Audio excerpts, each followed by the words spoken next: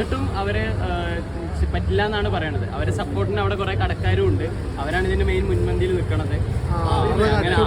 അങ്ങനെ സത്യം പറഞ്ഞാൽ ഇതിന് നല്ലൊരു സപ്പോർട്ടാണ് കിട്ടേണ്ടത്. കാര്യം വേറിട്ടൊരു ആശയമാണ്.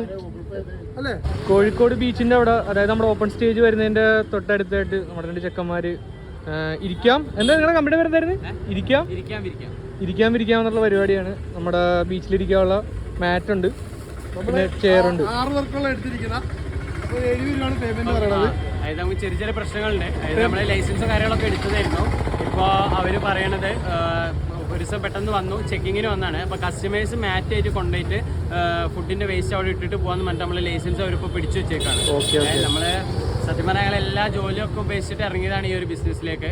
ഉള്ളതൊക്കെ പെറുക്കി വിറ്റിട്ട് വാങ്ങിയതാണ് എല്ലാം. അപ്പോൾ അവർ പറയണത് ഇതൊന്നും ചെയ്യാൻ പറ്റില്ല എന്നാണ് ഇപ്പോൾ പറയണത്. വേസ്റ്റിൻ്റെ എന്ത് പ്രശ്നമാണെങ്കിലും ഞങ്ങൾ സൊല്യൂഷൻ കാണാൻ തയ്യാറാണ്. പക്ഷെ ഞങ്ങൾ പറയുന്നത് അവർ ഉൾക്കൊള്ളുന്നില്ല. എന്താ സംഭവം എന്നുള്ള അവർ കേൾക്കുന്നില്ല.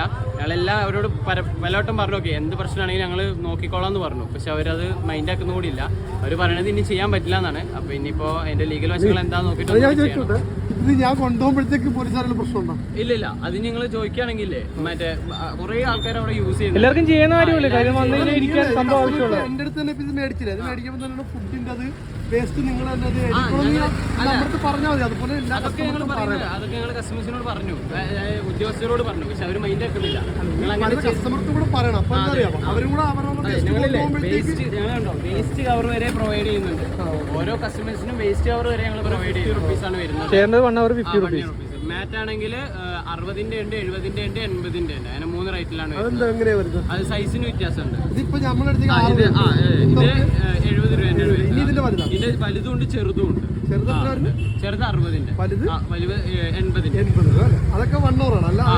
ഇപ്പൊ നമ്മള് നോമ്പ് ആയതുകൊണ്ട് നമ്മള് ഹവർ നോക്കുന്നില്ല.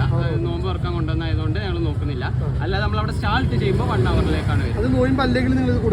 ഞങ്ങളില്ലേ ഇപ്പൊ തുടങ്ങിയിട്ട് ഏകദേശം 1 month കഴിഞ്ഞു. മുമ്പേ ഉള്ളതാണ്. ഞാൻ കണ്ടിട്ടുണ്ട്, ഇൻസ്റ്റയിൽ കണ്ടിട്ടുണ്ട്. അത്യാവശ്യം നല്ല പരിപാടി കേട്ടോ. All the best. കംപ്ലീറ്റ് നമ്മുടെ ചെക്കന്മാരുടെ നിന്ന് എടുത്തിരിക്കുന്ന സാധനങ്ങളാണ്. എല്ലാവരും ഫാമിലിയൊക്കെ ആയിട്ട് വന്ന് ഇരിക്കാനൊരു സൗകര്യമാണ്. കാര്യം ഈ മണ്ണും ഇതിലൊക്കെ വന്നിരിക്കുന്നതിനെക്കാട്ടി നല്ലത് ഒരു ക്ലോത്തൊക്കെ വിരിച്ചിട്ടിരിക്കുമ്പോഴത്തേക്ക് സുഖമാണ്. ഭക്ഷണം കഴിക്കാനാണെങ്കിലും മുമ്പ് വെക്കാനായിട്ട് ആൾക്കാർ ഓരോ കാര്യങ്ങളൊക്കെ സെറ്റ് ചെയ്ത് വന്നിരിക്കുന്നുണ്ട്. ജ്യൂസ് ഐറ്റംസ് ഉണ്ട്, എല്ലാ പരിപാടിയും ഉണ്ട്. ഒരു ടീം അവിടെ വിരിച്ചുകൊണ്ടിരിക്കുന്നു. എല്ലാവരും നോമ്പുറൊക്കെ കഴിഞ്ഞ് കുറച്ച് റെസ്റ്റ് എടുക്കാനൊക്കെ തുടങ്ങി. പള്ളിയിൽ പോകേണ്ടവരൊക്കെ പള്ളിയിൽ പോയി തുടങ്ങി.